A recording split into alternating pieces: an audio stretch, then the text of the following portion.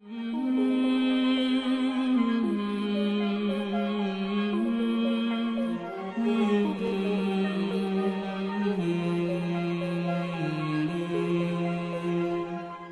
सलाम अलैकुम, मैं हूं गुलाम अब्बास। हाज़िर हूं लेके एक ऐसा प्रोग्राम कि जो इमाम मोहम्मद बाक़िर अलैहिस्सलाम की हयात तैयबा के सिलसिले से है। ये तारीख़ बड़ी अहम तारीख़ है क्योंकि इसी तारीख़ को इमाम मोहम्मद बाक़िर अलैहिस्सलाम की विलादत मदीने मुनव्वरा में हुई।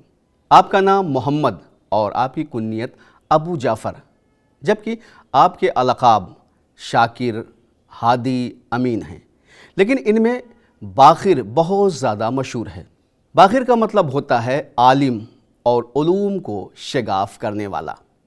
ये लक़ब पैगम्बर इस्लाम हज़रत मोहम्मद मुस्तफ़ा सल्लल्लाहु अलैहि वसल्लम की तरफ से आपको मिला था, क्योंकि पैगम्बर ने अपने एक सहाबी हज़रत जाबिर इब्ने अब्दुल्लाह अंसारी से कहा था, ऐ जाबिर, जब तुम्हारी मुलाक़ात मेरे फ़र्ज़ंद मोहम्मद से हो जिसका नाम तौरेत में बाक़िर है, तो उन्हें मेरा सलाम कहना।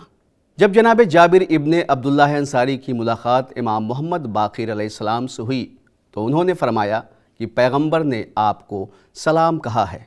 तो उस वक्त इमाम मोहम्मद बाक़िर अलैहिस्सलाम की आँखों से बेसाख्ता आंसू बहने लगे और कहा, ऐ जाबिर, आलमीन का सलाम हो मेरे जद रसूलुल्लाह पर। इमाम मोहम्मद बाक़िर अलैहिस्सलाम की विलादत 1 रजब 57 हिजरी बरोज़ जुमा मदीने मुनव्वरा में हुई। आपके वालिद इमाम ज़ैनुल आबदीन अलैहिस्सलाम हैं और आपकी वालिदा जनाब फ़ातिमा बिनते हसन हैं, जिनकी कुन्नियत उम्मे अब्दुल्लाह थी। वाक़यात करबला के वक्त आपकी उम्र तकरीबन 4 साल थी और वाक़यात करबला के बाद आप अपने वालिद इमाम ज़ैनुल आबदीन अलैहिस्सलाम के साथ तकरीबन 34 बरस रहते हैं, यानी ज़िंदगी गुजारते हैं। आप अपने वालिद इमाम ज़ैनुल आबदीन अलैहिस्सलाम की शहादत 95 हिजरी से लेकर 114 हिजरी तक तकरीबन 20 साल आपने इमामत के फ़राइज़ अंजाम दिए और 57 साल की उम्र पाई। आपकी अगर अज़वाज की बात हो तो आपकी ज़ौजा जनाब उम्मे फ़रवा बिनते क़ासिम और उम्मे हकीम हैं। अगर आपकी औलाद की बात की जाए तो आपकी औलाद में बेटों में देखा जाए तो इब्राहीम, उबैदुल्ला, अली, अब्दुल्ला, सादिक़, लेकिन सबसे ज़्यादा जो नाम मशहूर है और नुमाया है वो इमाम जाफ़र सादिक़ अलैहिस्सलाम का है। बेटियों में 2 बेटियों का ज़िक्र मिलता है, एक बेटी का नाम ज़ैनब और दूसरी बेटी का नाम उम्मे सलमा है। आपका सबसे बड़ा कारनामा ये रहा है कि आपने मदीने में एक ऐसी दरसगाह की बुनियाद रखी जिसमें सैकड़ों तलबा इल्म हासिल करते थे। इसके अलावा कुछ सहाबी जैसे पैगंबर के सहाबी जाबिर इब्ने अब्दुल्लाह अंसारी आपसे इल्म हासिल करते थे। इसके अलावा अगर ताबई की बात करें तो ताबई में जनाब जाबिर इब्ने जोफ़ी, कैसान वग़ैरह का नाम बहुत मशहूर है। इन लोगों ने भी आपसे कसबे फ़ैज़ किया है। अगर हम फ़ुक़हा की बात करें, फ़ुक़हा और मुसन्नफ़ीन ने भी अपनी तारीख़ों में आपसे रवायतें लिखी हैं और फ़ुक़हा में कुछ लोग जैसे इब्ने मुबारक ज़हरावी, औज़ाई, इमाम अबू हनीफ़ा, इमाम मालिक, इमाम शाफ़िई, ज़ियाद बिन मुंज़िर और कुछ मुसन्नफ़ीन में जैसे तबरी, बलाज़री, सलामी और ख़तीब ने अपनी तारीख़ों में आपसे रवायतें नक़ल की हैं। आपके शागिर्दों की तादाद तो बहुत ज़्यादा है, लेकिन कुछ शागिर्द ऐसे हैं जिनके नाम बहुत ज़्यादा नुमायाँ हैं, जैसे आबान बिन तग़लिब। इन्होंने इमाम ज़ैनुल आबदीन अलैहिस्सलाम, इमाम मोहम्मद बाक़िर अलैहिस्सलाम और इमाम जाफ़र सादिक़ अलैहिस्सलाम का ज़माना देखा और इनसे इल्म भी हासिल किया। इमाम मोहम्मद बाक़िर अलैहिस्सलाम ने इनसे कहा था कि ऐ आबान, मदीने की मस्जिद में बैठ जाओ और लोगों को फ़तवा दो। दूसरा नाम आपके शागिर्दों में ज़ुरारा बिन आयुन का है। इन्होंने इमाम मोहम्मद बाक़िर और इमाम जाफ़र सादिक़ अलैहिस्सलाम से इल्म हासिल किया। फ़न हदीस, फ़िक़्ह और अक़ायद तशय्युं पर आपको मुकम्मल अबूर हासिल था।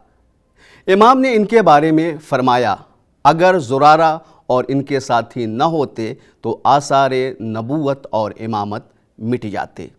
تیسرا نام آپ کے شاگردوں میں کمیت اسدی کا ہے۔ آپ استاذ الشعراء اور لغت کے ادبیات کے ماہر تھے۔ آپ مسلسل ظالم حکمرانوں کو اشعار کے ذریعے سے یہ باور کراتے تھے کہ تم ظلم کرتے ہو، اور اہل بیت کے فضائل ان کے سامنے بیان کرتے تھے۔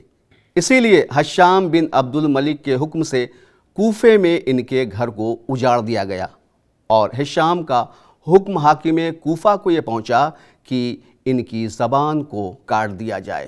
ایک روز کمیت امام محمد باقر کی طرف دیکھ کر آپ کی شان میں اشعار پڑھتے ہیں، تو امام محمد باقر نے کعبے کا رخ کر کے فرمایا، خدایا کمیت پر رحم فرما۔ اس کے علاوہ آپ کے شاگردوں میں محمد بن مسلم کا بھی نام بہت بلند ہے۔ محمد بن مسلم، جن کا لقب فقیہ اہل بیت تھا، امام محمد باقر اور امام جعفر صادق کے سچے ساتھیوں میں تھے۔